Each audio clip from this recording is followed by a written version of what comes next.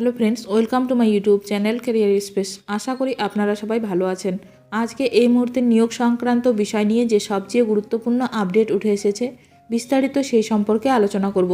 তাই ভিডিওটি অবশ্যই শেষ পর্যন্ত দেখবেন, না হলে কিছু গুরুত্বপূর্ণ তথ্য মিস করতে পারেন। বন্ধুরা, শিক্ষা সংক্রান্ত ও চাকরি সংক্রান্ত সমস্ত রকমের লেটেস্ট আপডেট আপনারা এই চ্যানেলে পাবেন। তাই চ্যানেলটি এখনই সাবস্ক্রাইব করে রাখবেন এবং পাশে থাকা বেল আইকনটিকে অবশ্যই প্রেস করে রাখবেন পরবর্তী সমস্ত রকম লেটেস্ট আপডেটগুলো সবার আগে পাওয়ার জন্য। ডিএ মামলার শুনানি 14 বার পিছিয়েছে। সুপ্রিম কোর্টে মামলার নিষ্পত্তি চেয়ে বড় পদক্ষেপ। নয়া বছরের শুরুতেই বকেয়া মহার্ঘ ভাতার শুনানি পিছিয়ে গেছে দেশের সর্বোচ্চ আদালত সুপ্রিম কোর্টে। একের পর এক 14 বার শুনানি পিছিয়েছে। দীর্ঘ 2 বছর ধরে সুপ্রিম কোর্টে ঝুলে আছে পশ্চিমবঙ্গ রাজ্য সরকার কর্মীদের বকেয়া ডিএ মামলা। এই আবহে এই বছরের শুরুতে ডিএ মামলার শুনানি নিয়ে বড় পদক্ষেপ নিতে চলেছেন এ রাজ্যের সরকারি কর্মীরা।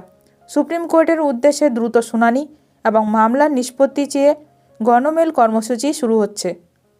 মামলাটি বিচারপতি ঋষিকেশ রায় এবং বিচারপতি SVN ভাট্টির বেঞ্চে শুনানি চলছে। যদিও তালিকায় থাকলেও মামলাটির শুনানি হয়নি।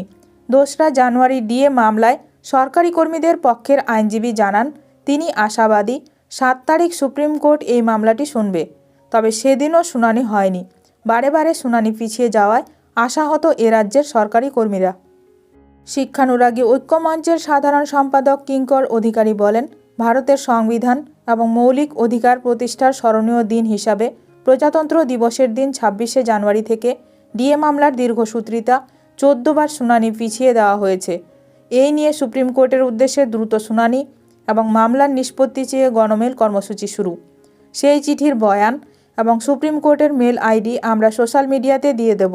প্রত্যেক শিক্ষক কর্মচারী নিজেদের নামে সেই মেল পাঠাতে পারবেন। আমরা দল মত সংগঠন নির্বিশেষে সকলের কাছে এই আহ্বান জানাচ্ছি। প্রসঙ্গত উল্লেখ্য, সুপ্রিম কোর্টের রাজ্য সরকারি কর্মচারীদের ডিএ সংক্রান্ত যে মামলাটি চলছে সেটা পঞ্চম বেতন কমিশন সংক্রান্ত। 2016 সাল থেকে সেই মামলা চলছে। এই মামলাটি state administrative tribunal Kolkata high court হয়ে সুপ্রিম কোর্টে এসেছে।